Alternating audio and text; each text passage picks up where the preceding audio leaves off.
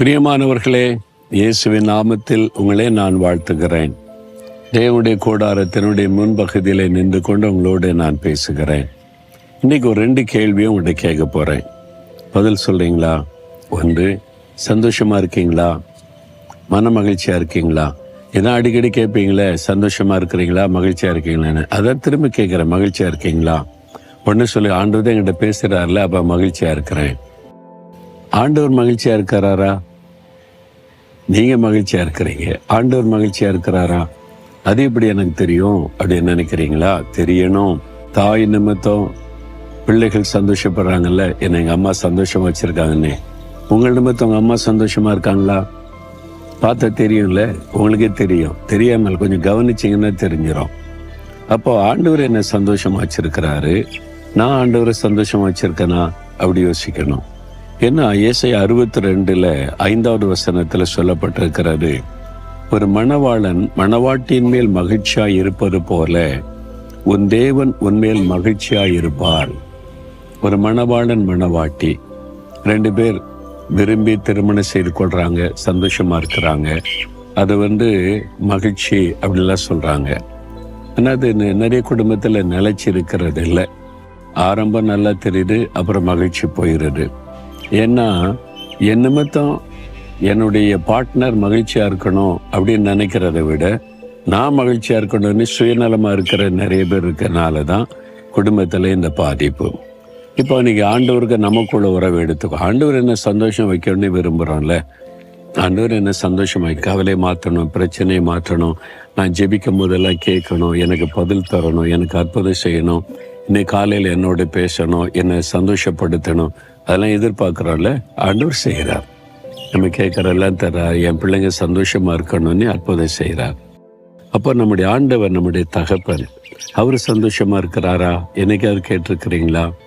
நான் ஜெபத்தில் கேட்டேன், ஆண்டவரே நீங்கள் என்னை எவ்வளோ சந்தோஷமாக வச்சுருக்கிறீங்க, என் நிமித்தம் நீங்கள் சந்தோஷப்படுறீங்களா? நான் உங்களை சந்தோஷமாக வச்சுருக்கிறேன்னா ஆண்டவர்கிட்ட கேட்பேன்.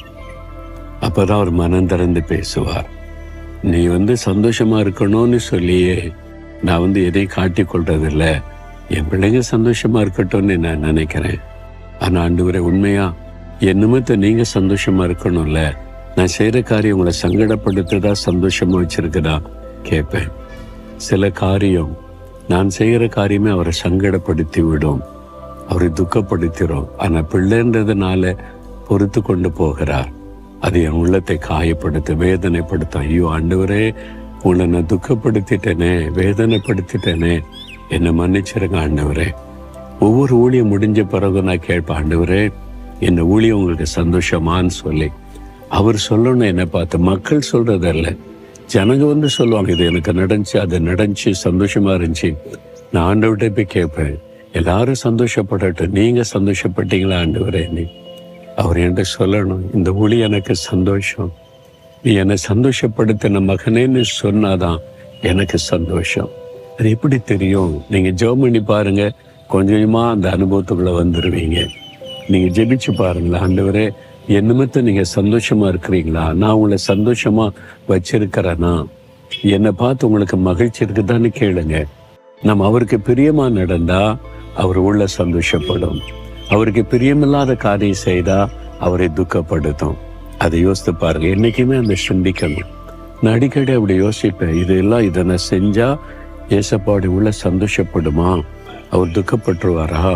அவர் துக்கப்பட்டேன்னு சொல்லிட்டா அவர்கிட்ட நான் நிம்மதியா இருக்க முடியாது. ஆண்டவரே என்னை மன்னிச்சிருங்க, நான் உங்களை சந்தோஷமா வச்சிருக்கணும் ஆண்டவரே, என் தவறை மன்னிச்சிருங்க. என்னை ஆண்டவர்கிட்ட அழுத நான் மன்னிப்பு கேட்பேன். அப்ப அவரு சந்தோஷமா இருக்கணும். ஒரு நிமித்தம் நான் மகிழ்ந்திருப்பேன்னு சொல்றாரு, அதுதான் சந்தோஷம். அப்பாவுடைய உள்ள சந்தோஷப்பட்ட, அதுதான் பிள்ளைக்கு சந்தோஷம். அதுதான் என் சந்தோஷம். உங்க சந்தோஷமா இருக்கணும். ஆண்டவரே என்ன நீங்க எப்பவுமே சந்தோஷமா வைக்கிறதுக்கு எல்லாம் செய்றீங்க, நீங்க சந்தோஷமா இருக்கணும், என்னால நீங்க சந்தோஷமா இருக்கணும், அதுக்கு நான் என்ன செய்யணும்னு கேளுங்க. அவர் அழகா சொல்லி தருவார். நீங்க மற்றவங்களுக்காக அழுது ஜெபிச்சா அவர் சந்தோஷப்படுவார்.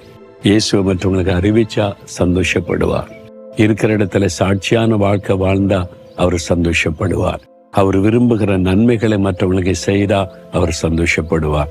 அவர் சந்தோஷப்படுகிற ஒரு வாழ்க்கை எனக்கு வேணும்னு கேளுங்க. ஆண்டவரே, என் நிமித்தம் நீங்க மகிழ்ச்சியா இருக்கணும்ப்பா, அதுக்கு என்னை ஒப்பு கொடுக்கிறேன். நீங்க எப்பவுமே சந்தோஷமா இருக்கணும். என்னை பார்க்கும்போது நீங்க சந்தோஷப்படணும். என்னை எப்பவுமே சந்தோஷமா வச்சிருக்கிறீங்க. நானும் உங்களை சந்தோஷமா வைக்க விரும்புறேன். இயேசுவின் நாமத்தில் ஆமேன், ஆமேன்.